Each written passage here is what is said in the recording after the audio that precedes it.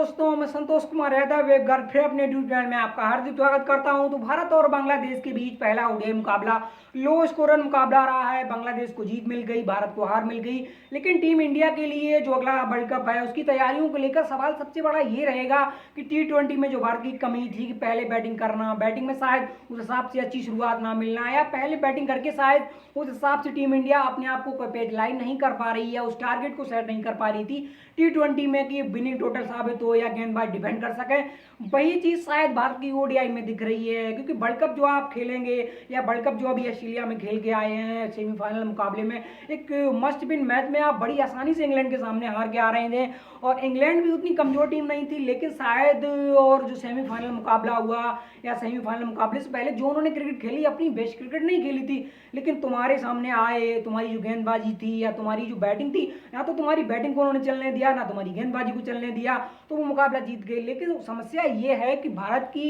ये अप्रोच कब चेंज होगी कि अगर आपकी पहले बैटिंग आ रही तो बैटिंग में कैसे शुरुआत करें, शुरुआत में विकेट कैसे मैनेज करें, या फिर जो ओपनिंग पेयर पे बात होती है कि जो अगला वर्ल्ड कप आप खेलेंगे 50 ओवर का जो वर्ल्ड कप है इंडिया में होना है, इंडिया की अपनी सरजमी पर खेलेगा, तो उस हिसाब से ओपनिंग पेयर में क्या शिखर धवन अभी भी आपकी एक चॉइस रहेंगे, या शुभमन गिल जो अच्छा कर रहे हैं, या शुभमन गिल के साथ शिखर धवन भी अच्छा खेल रहे हैं क्योंकि रोहित शर्मा बतौर ओपनर इस टीम में फिट हैं। तो सवाल ओपनिंग पेयर पर भी रहेंगे। नंबर 3 पर विराट हैं, चलिए एशिया कप के बाद वो अच्छा कर रहे हैं, होपफुली उनके पहले मुकाबले में रन नहीं है। लेकिन उसके बाद देखिए मिडिल ऑर्डर आपका क्या रहेगा, ये भी अभी कुछ क्लियर नहीं है। गेंदबाजी आपकी क्या रहेगी, और कल जो मुकाबला हुआ भारत की पहले बैटिंग आई, बैटिंग में ओपनरों ने अच्छा नहीं किया, उसके बाद देखिए विराट का एक अच्छा अंदाज ने लिया, मिडिल ऑर्डर में श्रेयस अय्यर ने कुछ रन बनाए, उसके बाद देखिए वही बात होती है के एल की जो बात हुई है T20 वर्ल्ड कप, पिछला वर्ल्ड कप हो या एशिया कप हो, आपने उनको रेपुटेशन पे खिला लिया। और इसका कार्ड क्या हुआ कि ओपनर ने अच्छी शुरुआत नहीं दी, क्लासिक राहुल हो या रोहित शर्मा हो बतौर कप्तान देखें, तो जिस तरह डिसअपॉइंटिंग दिखी है पूरी टीम मैनेजमेंट हो या जो इंडियन फैंस हैं या कई अदर लोग हैं जो टीम इंडिया को एक बड़ा टीम मानते हैं, तो उस हिसाब से मेरे को लगता है जो आपके पास बॉलिंग ऑप्शन है या जो गेंदबाजी में अच्छे ऑप्शन है, बैटिंग में अच्छे ऑप्शन है, वो आप अपनी अगर रेपुटेशन पे टीम खिलाएंगे, हो सकता है जो अगला वर्ल्ड कप है अगले साल जो इंडिया में आप खेलेंगे, हो सकता है वो भी हार जाएं, हो सकता है आप जीत जाएं अगर आप अपनी गलतियों से सीख लेंगे। लेकिन समय ये है कि ऋषभ पंत को आपने ठीक मैच से पहले बाहर किया है। मुझे लगता है शायद जो कुछ भी हुआ है या जो कुछ भी हो रहा है उनके साथ, मुझे लगता है शायद वो बिल्कुल सही हो रहा है, क्योंकि कि किसी ऐसे प्लेयर को रेपुटेशन या क्लास या जो अदर चीज़ें हैं या जो बड़े बड़े सीनियर प्लेयर या जो कोचिंग स्टाफ आईपीएल में उनके साथ रहता है, उनका ये कहना कि ऋषभ पंत के पास ये है, ऋषभ पंत के पास वो है, ऋषभ पंत ऐसा कर सकते हैं, ऋषभ पंत वैसा कर सकते हैं, लेकिन उन्होंने करके नहीं दिखाया। करके कहाँ दिखाया, करके उन्होंने दिखाया रेड बॉल क्रिकेट में, उन्होंने टेस्ट क्रिकेट में अच्छा किया है। वहीं से ऐसा लगता है कि एक इनिंग उन्होंने अगर 25 मैच में या 20 मैच में अनबिलीवेबल खेल दी, उसके बाद लगातार वो 30-35 मैच आराम से खेल जाते हैं इजली। और क्रेडिट ये होता कि T20 हो या फिर ओडीआई में लगातार वो अच्छा नहीं कर रहे हैं। अगर टीम मैनेजमेंट पर कॉल ले रही है, अगर वो आपकी प्लेइंग 11 का हिस्सा नहीं है या समय रहते आपने उनको बाहर किया, हो सकता है सीख के वो दोबारा आपको ओडीआई फिगर में खेलते दिखें, तो ये चीज़ें हैं। लेकिन आप मुकाबला हार गए उससे बहुत ज़्यादा फर्क नहीं पड़ता है। लेकिन अगर मुकाबला अगर आप वर्ल्ड कप से पहले हारेंगे तो हो सकता है अपने आप को ज़्यादा उस डीप से निकालें जहां आपको लगता है कि हम इस चीज़ को ऐसा नहीं कर सकते, और जो आपकी गलतियां उससे आप सीख लेंगे। मेरा ये मानना है, देखिए गलतियां क्या है, सबसे बड़ी टीम मैनेजमेंट हो या बीसीसीआई हो या जो भी कप्तान हो, देखिए आईपीएल हर साल इंडिया में होता है, और ऐसे आईपीएल में हमने देखा कई लड़के ऐसे हैं जो निखर कर आते हैं, बैटिंग हो, गेंदबाजी हो या फील्डिंग हो या ऑलराउंडर डिपार्टमेंट में है, लेकिन उनको मौका नहीं मिलता। मौका मिलता है, कब मिलता है, मान लीजिए आईपीएल में 10 फ्रेंचाइजियां हैं और 10 फ्रेंचाइजियों मान लीजिए हर फ्रेंचाइजी से एक युवा टैलेंट अगर निकल के आ रहा है, तो मेरा मानना है सभी को मौका तो नहीं टीम इंडिया में एक साथ दिया जा सकता है, लेकिन मौका जिनको या 1-2 प्लेयरों को मिलता है उनको कब मिलता है, जब मान लीजिए कोई प्लेयर आईपीएल में अच्छा करके आ रहा है गेंदबाजी बैटिंग से, उसको मौका तब नहीं मिलता जब वो अपने पीक फॉर्म पर होता है, अपने पीक टच में होता है। उसको मौका कब मिलता है, उसको जब उस पर सवाल उठते हैं टीम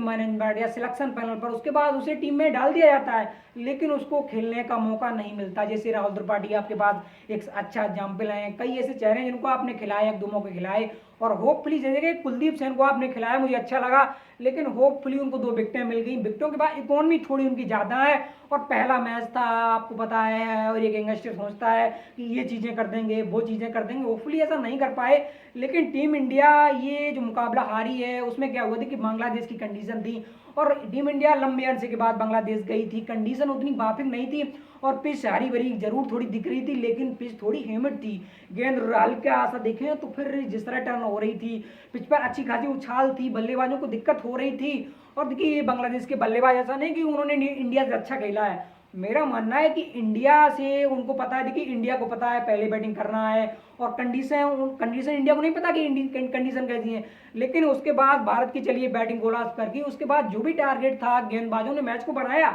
शुरुआत से दीपक चहर हो, मोहम्मद सिराज हो, शार्दुल से आपने बहुत बेहद गेंदबाजी करी, बड़ी अच्छी गेंदबाजी उन्होंने करी। चलिए नई गेंद के साथ अगर आप उनके साथ नहीं गए, लेकिन मिडिल ऑर्डर में जो उन्होंने मिडिल ओवर में जो गेंदबाजी करी है, बड़ी इकोनॉमी गेंदबाजी करी है। कुलदीप सेन थोड़े महंगे रहे हैं, दीपक चहर ने अच्छी गेंदबाजी करी, सिराज लगातार अच्छा कर रहे हैं। वर्ल्ड कप में मैं मानता हूं अगर मोहम्मद शमी को आप पिक ना करते, वो अगर पिक होते शायद रिजल्ट थोड़ा अलग हो सकता था, या वो सेमीफाइनल का मुकाबला चलिए